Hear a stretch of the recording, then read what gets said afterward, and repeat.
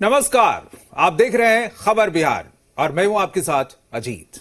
बिहार में कोरोना का कहर बढ़ता ही जा रहा है। आज कोरोना के 213 नए मामले सामने आए हैं, जिससे संक्रमितों की कुल संख्या 7,503 हो गई है। हालांकि अच्छी बात यह है कि अब तक 5,367 लोग इलाज के बाद ठीक हो चुके हैं, जबकि 49 लोग अब तक संक्रमण से जान गंवा चुके हैं।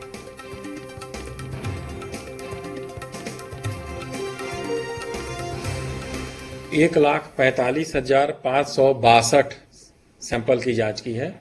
1,45,562 सैंपल्स। कल हम लोगों ने 5,978 5,978 सैंपल्स की जांच की है।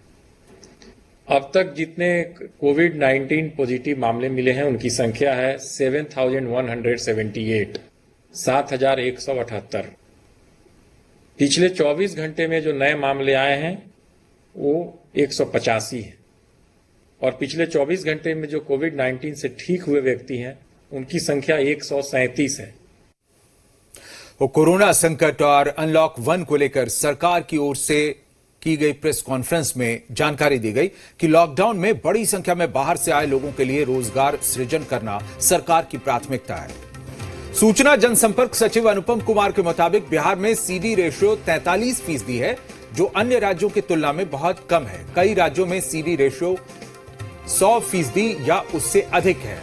लिहाजा सीडी रेशियो बढ़ाने की जरूरत है, जिससे रोजगार सृजन पर सकारात्मक असर पड़ेगा।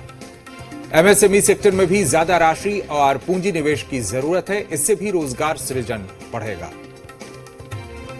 बड़ी संख्या में बाहर से हमारे लोग लौट के आए हैं, श्रमिक भी हैं उनमें काफ़ी, तो उनको रोजगार सृजन कराना, उनके लिए रोजगार सृजन करना ये सरकार की प्राथमिकता है। और इसी संबंध में आज भारत सरकार द्वारा भी माननीय प्रधानमंत्री द्वारा प्रधानमंत्री गरीब कल्याण रोजगार योजना लॉन्च की गई और आज माननीय मुख्यमंत्री द्वारा उसे अटेंड किया गया और यहाँ पर जो भी रोजगार सृजन के लिए तैयारी हो रही है और जो कार्य हो रहे हैं उनके बारे में बताया गया। कोरोना काल ने देश की आर्थिक रफ्तार को थाम दिया। छोटे शहरों और गांव में भी लॉकडाउन की वजह से आम लोगों की आर्थिक स्थिति चरमरा गई। अब सासाराम नगर परिषद की पहल से महिला समूहों की स्थिति बेहतर होने लगी है। दरअसल कई महिला समूह मास्क बनाकर नगर परिषद को सप्लाई कर रही हैं और इससे उनकी आर्थिक स्थिति अब पहले से बेहतर होने लगी है। नगर परिषद प्रत्येक मास्क के लिए महिलाओं को 20 रुपए देता है। 30 से अधिक महिलाएं इस काम से जुड़कर कोरोना काल में कुछ पैसे कमा पा रही हैं।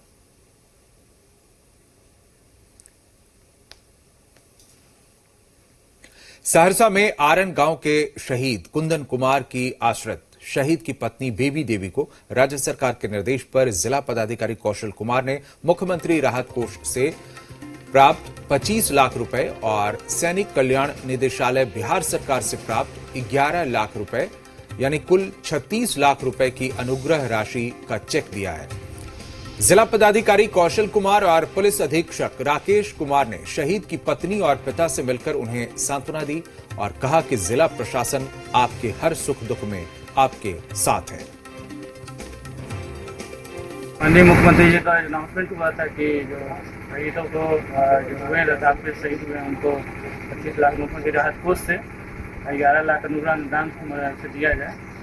उसका आवंटन अभी जिला को प्राप्त हुआ था, तो हम लोग अभी पूरा जिला प्रशासन बना के उनके जो निकटतम आश्रित हैं उनकी पत्नी उसको हम लोग चेक कराए हैं और आगे जो भी निर्देश होगा सरकार का इनको लाभ पहुँचाने को लेकर हम लोग कार्रवाई करके कोशिश करेंगे। तो ये दो तस्वीरें आप देख रहे हैं। अब 2 शहीदों के परिवार को 36 लाख रुपए की राशि सौंप दी गई है। कुल 5 जवान बिहार के शहीद हुए थे और बिहार सरकार ने जो घोषणा की थी कि शहीदों के परिवारों को 36 लाख रुपए की अनुग्रह राशि दी जाएगी, तो अब बाकी 3 शहीदों के परिवारों को जल्द ही यह अनुग्रह राशि सौंपी जाएगी।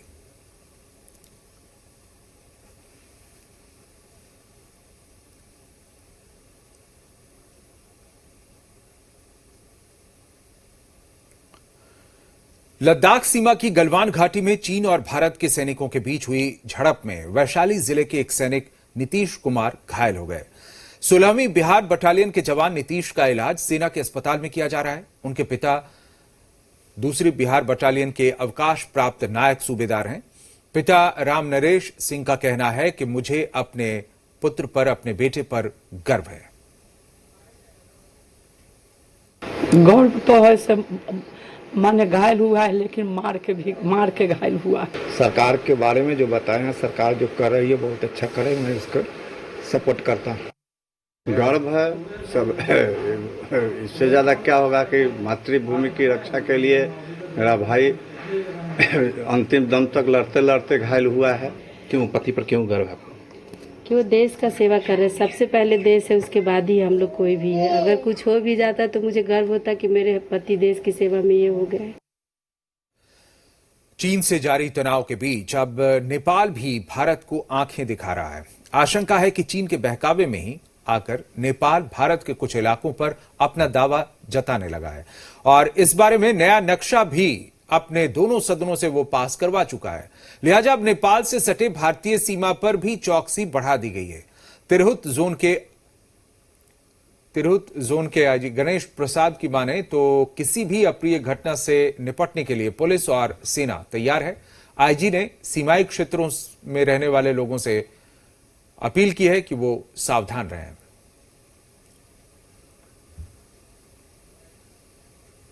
सीतामढ़ी जिले के भारत नेपाल सीमा पर जितने भी सीमावर्ती थाने हैं उन सभी के पदाधिकारियों के साथ थानाध्यक्ष, सर्कल इंस्पेक्टर और डीएसपी के साथ विस्तृत मीटिंग की गई। मुख्य मुद्दा इस मीटिंग का जो अपराध के दृष्टिकोण से जो भी संवेदनशील क्षेत्र हैं उन सभी क्षेत्रों में पेट्रोलिंग की व्यवस्था मुकम्मल की जाए, उसके संबंध में किया गया। अपराधियों के विरुद्ध एक विशेष अभियान चलाने के लिए सभी पुलिसकर्मियों को निर्देश दिया गया है और साथ ही साथ अभी पुलिस मुख्यालय के द्वारा एक विशेष महाअभियान मद्य निषेध के संबंध में चलाया जा रहा है, उसकी भी प्रगति की समीक्षा की गई। कोरोना संकट के बीच लॉकडाउन के दौरान घर लौटे श्रमिकों की बेरोजगारी से निपटने के लिए केंद्र सरकार ने गरीब कल्याण रोजगार योजना की शुरुआत की है। यह योजना 6 राज्यों के 116 जिलों में चलेगी। योजना को पीएम मोदी ने वीडियो कॉन्फ्रेंसिंग के जरिए बिहार के खगड़िया से लॉन्च किया।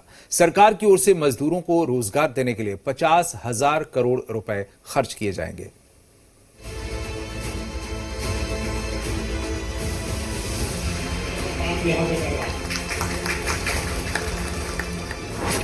केंद्र सरकार का खास तोहफा, रोजगार सृजन के लिए सौगात।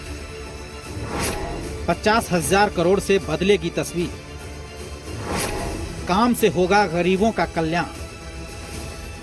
प्रधानमंत्री नरेंद्र मोदी ने वीडियो कॉन्फ्रेंसिंग के जरिए गरीब कल्याण रोजगार योजना का आगाज किया। योजना की शुरुआत बिहार के खगड़िया के तेलिहार गांव से की गई। इस योजना का फायदा 6 राज्यों के 116 जिलों को होगा। जिन जिलों में प्रवासी मजदूरों की संख्या 25,000 से ज्यादा है, वहां इस योजना का संचालन किया जाएगा। इस योजना के तहत मजदूरों को 125 दिनों के लिए काम मिलेगा और सरकार की ओर से इसके लिए 50,000 करोड़ रुपए खर्च किए जाएंगे। लॉकडाउन के दौरान कुल कितने लोग आपके पंचायत में और राज्यों से वापस आए? कितने लोग होंगे? लगभग 475 आए। 475 की व्यवस्था की है, 500 लोगों की व्यवस्था की इतने दिन तक। देखिए, एक गांव के हिसाब से आपने बहुत बड़ा काम किया है जी। शहरों में दिखता तो हजारों लोग हैं, लेकिन इस काम में व्यवस्था का दम उखड़ जाता। पीएम मोदी ने योजना के शुभारंभ से पहले खगड़िया के मजदूरों से बात की और लॉकडाउन के दौरान उनकी संघर्ष की कहानी भी सुनी। पीएम मोदी ने सभी को हर संभव मदद देने का आश्वासन भी दिया। पढ़ाई कितनी हुई है? तो अभी गांव में कैसा लग रहा है आपको? घर वापस लौटने के बाद क्या सोच रहे हैं आप? जी, यहीं पर घर में तो बहुत अच्छा लग रहा है। यहीं पे काम मिल रहा है, नली गली का काम है, रोड पे भर ब्लॉक लगाने का।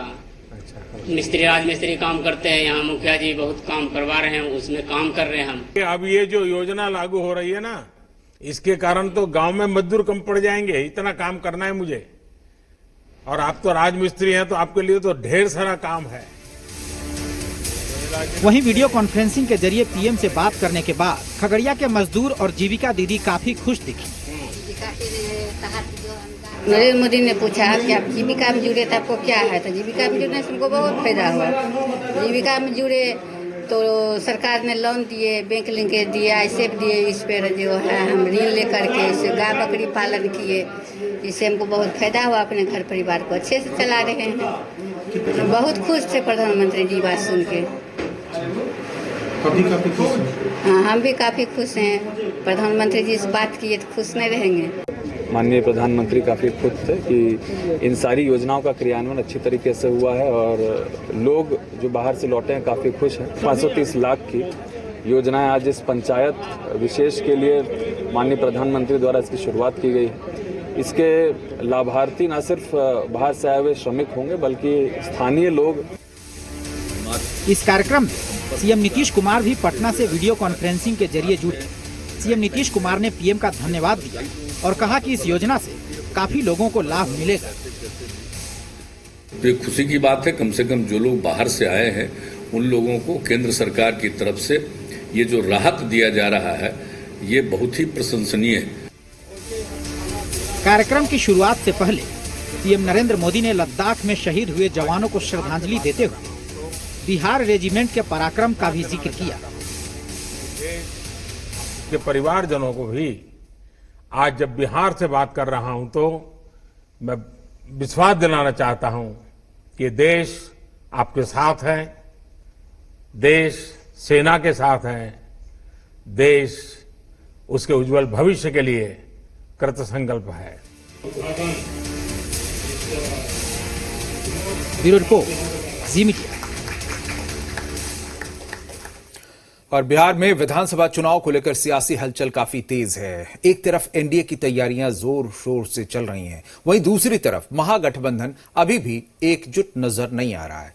एनडीए की रणनीति को देखकर महागठबंधन के घटक दल हिंदुस्तानी आवाम मोर्चा ने एक बार फिर कोऑर्डिनेशन कमेटी ना बनने को लेकर सवाल उठाया है। पार्टी प्रवक्ता विजय यादव ने कहा है कि एनडीए गठबंधन में लोग चुनाव में उतर गए हैं और महागठबंधन में हम लोग कोऑर्डिनेशन कमेटी का इंतजार ही कर रहे हैं। विजय यादव ने कहा है कि अल्टीमेटम दिया है, उन्होंने अल्टीमेटम देते हुए कहा है कि अगर 25 जून तक कोऑर्डिनेशन कमेटी नहीं बनती है तो उनकी पार्टी स्वतंत्र फैसला लेने को तैयार है।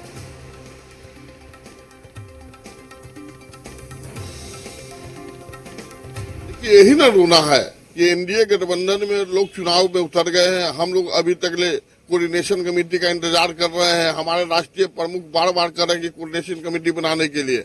यदि हमारे राष्ट्रीय प्रमुख ने अल्टीमेटम दे रखा है और हम लोग भी अल्टीमेटम दे रखे हैं तेजस्वी यादव से, उनसे आग्रह करते हैं, निवेदन करते हैं कि 25 तारीख तक कोऑर्डिनेशन कमेटी नहीं बनाएगा तो हम लोग स्वतंत्र फैसला लेने को तैयार हैं।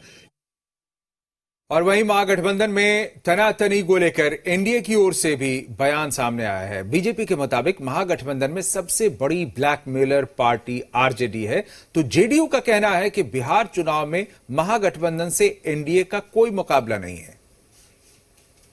भीतर सबसे बड़ी अगर कोई ब्लैकमेलर पार्टी है तो वो आरजेडी है।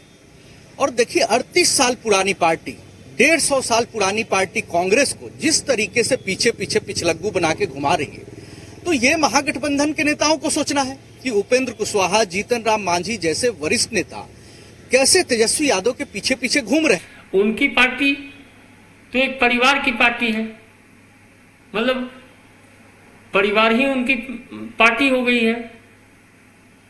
तो उस पार्टी से कितने दिनों तक लोगों का संबंध चलेगा? जब आम जनता का संबंध नहीं चल पाया तो ये छोटे छोटे पार्टियां या जो पार्टी गई थी उनको भी आप देख रही होंगी कि वो लगातार बाहर जा रहे हैं, लगातार आरोप कर रहे हैं। तो ये उल्टा पुल्टा गठबंधन है और उल्टे पुल्टे गठबंधन का भविष्य अच्छा नहीं दिखता है। लेकिन सबसे बड़ी परेशानी महागठबंधन का यह है कि जो उसका शीर्ष नेतृत्व है वह कैद खाने में कैद है और उनका जो राजनीतिक कुसंस्कार रहा है। अब बड़ी पार्टी है, वहां तो आरोप लगते रहे हैं कि संपत्ति का दान करिएगा तब कुछ हासिल होगा। तो ये महागठबंधन के घटक दल आपस में परेशानी में है। और खबर बिहार में एक छोटा सा ब्रेक, आप रहिए हमारे साथ।